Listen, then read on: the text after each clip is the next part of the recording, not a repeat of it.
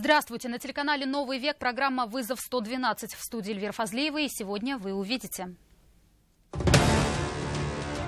Среагировать не успел. Двое в алкогольном опьянении выбежали на дорогу. На улице Мусина пешеходы попали под колеса. Обманом присваивали себе. Под видом оформления займов заключали договоры купли-продажи. Полицейские раскрыли группу так называемых «черных риэлторов». Продлил себе свободу. Вахитовский районный суд постановил принять меры для розыска Алтуняна. Мужчина, стрелявший в полицейских на Баумана, объявлен в федеральный розыск.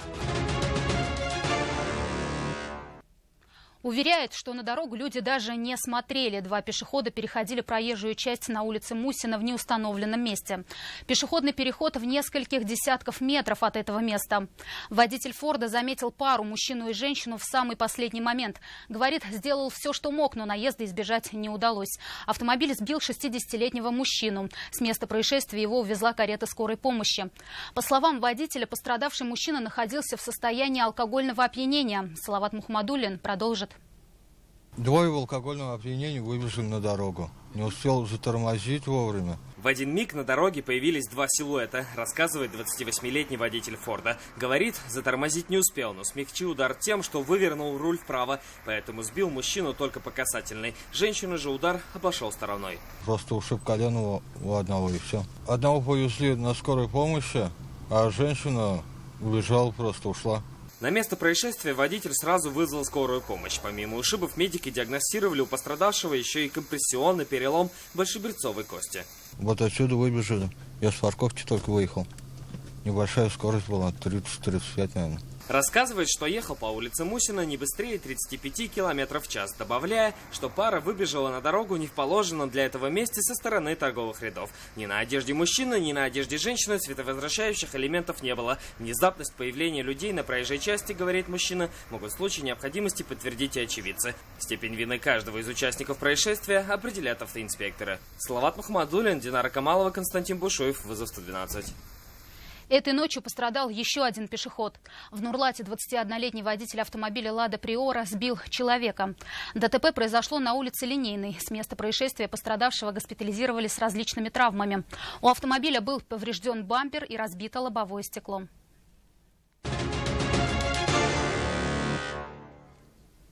Подозреваются в обмане и противоправном завладении 5 десятками квартир своих клиентов. Полицейские Татарстана задержали подозреваемых в так называемом «черном риэлторстве». Как установили следователи, 4 человека организовали фирму, выдававшую микрозаймы, подсовывая своим клиентам на подпись договоры купли-продажи недвижимости. Одинокий, спившийся пожилой человек с маленькой пенсией и квартирой в собственности – идеальный для них клиент. Жилье затем продавали, а бывших владельцев порой выгоняли силой. Станислав Яковлев о бизнесе на обмане. Подозреваемых 4 человека, помимо 44-летнего предполагаемого лидера банды, жителя поселка Озерное Высокогорского района. В нее входили еще 3 казанцев, 43-летний юрист и 2 родных братьев, оказывающих силовую поддержку, если потерпевшие отказывались добровольно исполнять требования злоумышленников. По версии следствия, люди сами подписывали договоры купли-продажи квартир, но большинство из них об этом не знали. А более внимательных предполагаемые злоумышленники вынуждали взять ручку в руку, угрожая при этом расправой. Подозреваемые зарегистрировали общество с ограниченной ответственностью. Группа компаний «Казань-Инвест», открыв 2 офиса по адресам Чуйкова и Абсалямова. Официально компания предоставляла займы гражданам под залог недвижимости. Однако, как установили полицейские, фигуранты уголовного дела, пользуясь юридической неграмотностью своих клиентов, под видом оформления займов заключали договоры купли-продажи недвижимости. Чтобы привлечь заемщиков, подозреваемые размещали рекламу в средствах массовой информации, в соцсетях, а также делали адресные рассылки. Желаемыми клиентами становились одинокие люди с нездоровой психикой и любители выпить. Следователи установили, если у них уже были оформлены микрозаймы под высокие проценты, то сотрудники группы компании «Казань-Инвест» предлагали переоформить кредит, оставив в залог жилье или иную недвижимость. Но вместо договора залога давали подписать договор купли-продажи. Фактическая сумма займа составляла от 10 до 50% рыночной стоимости имущества. Квартиры, дачи, гаражи потом продавали, деньги делили. Если жертвы не хотели добровольно покидать свое жилье, их выселяли силой, зачастую используя при этом психологическое давление. В ходе обыска у подозреваемых полицейские обнаружили наручники, электрошокер и бейсбольные биты. Всех 4 подозреваемых оперативники подразделения по борьбе с организованной преступностью МВД Татарстана задержали 18 апреля, одновременно в разных районах Казани.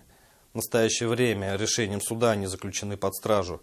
Также решением суда арестованы приобретенные на преступные доходы автомобили подозреваемых. В собственности задержанных, начиная с 2013 года, в разное время находилось 52 объекта недвижимости. Сотрудники полиции установили 3 казанцев, лишившихся своих квартир по вышеописанной схеме. При этом полицейские уверены, что жертв гораздо больше и предполагают, что многие живут у родственников в социальных приютах или вовсе уехали из Казани. Всех, кто пострадал от действия подозреваемых, и группа компании «Казань Инвест», полицейские просят обратиться с заявлением в ближайший отдел полиции или по телефонам, указанным на экранах. Станислав Яковлев, Айрат Назипов, вызов 112. Погиб под грудой кирпичей. Трагедия разыгралась в Альметьевске.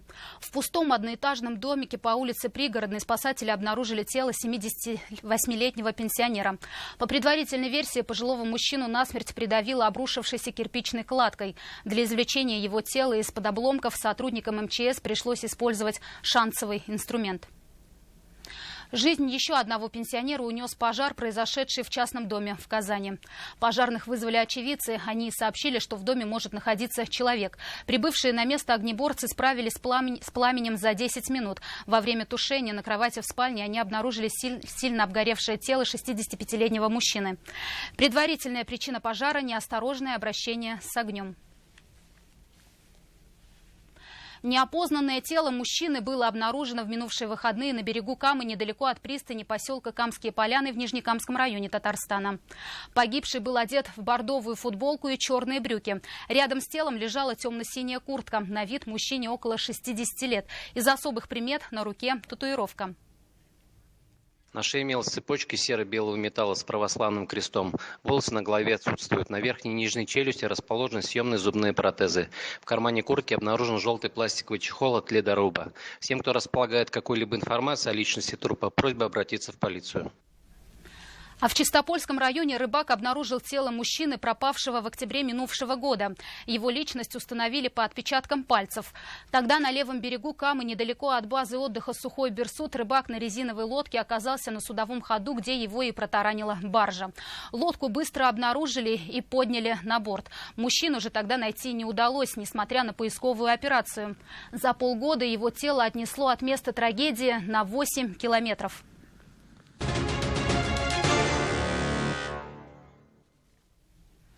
Был приговорен к 3 годам лишения свободы 5 месяцев назад, но до сих пор находится на свободе. Сотрудники службы исполнения наказаний просят помочь установить местонахождение мужчины, открывшему стрельбу по полицейским на улице Баумана в мае минувшего года. Напомним, тогда 33-летний Гарик Алтунян стал стрелять сначала в потолок бара, а на улице и в полицейских, что пытались его задержать. 21 ноября Вахитовский суд вынес ему приговор, но отбывать срок подсудимый еще не начал. Как так получилось, знает Айрат Назипов. Эта история началась в мае минувшего года в ночном баре Казани. Именно там, по версии следствия, уроженец Грузии после конфликта с другими клиентами заведения открыл стрельбу. Выхватив пистолет и выстрелив в потолок, он выбежал на улицу Баумана, где его пытались перехватить полицейские. То, что происходило дальше, напоминало боевик. 33-летний Гарик Алтунян пытался скрыться от стражи правопорядка, отстреливаясь при этом от полицейских. 15 мая 2016 года Алтунян беспорядочно произвел серию прицельных выстрелов патронами калибра 9 мм из оружия ограниченного поражения, пистолета модели Вендетта калибра 9 мм в направлении сотрудников полиции. Но скрыться от полицейских Гарику Алтуняну не удалось. Его задержали практически сразу. Учитывая, что вся погоня попала в объективы видеокамер, доказательная база была полная. В итоге Вахитовский районный суд приговорил мужчину к 3 годам лишения свободы в исправительной колонии общего режима. Однако на приговоре мужчина не присутствовал. Он находился под подпиской о невыезде и на заседание просто не пришел. Документов, подтверждающих уважительность неявки, не представил, скрылся от суда. На основании чего Вахитовский районный суд постановил принять меры для розыска Алтуняна и направления его в места лишения свободы в соответствии с приговором суда. В отношении Алтуняна было заведено разыскное дело. В настоящее время осужденный Алтунян находится в федеральном розыске.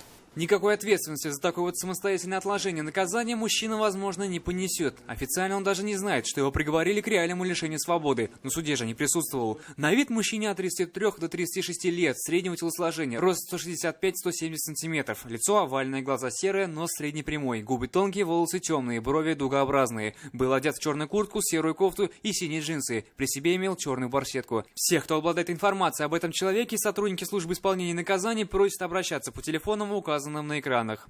Айрат Назипов, Азат Самигуллин, вызов 112.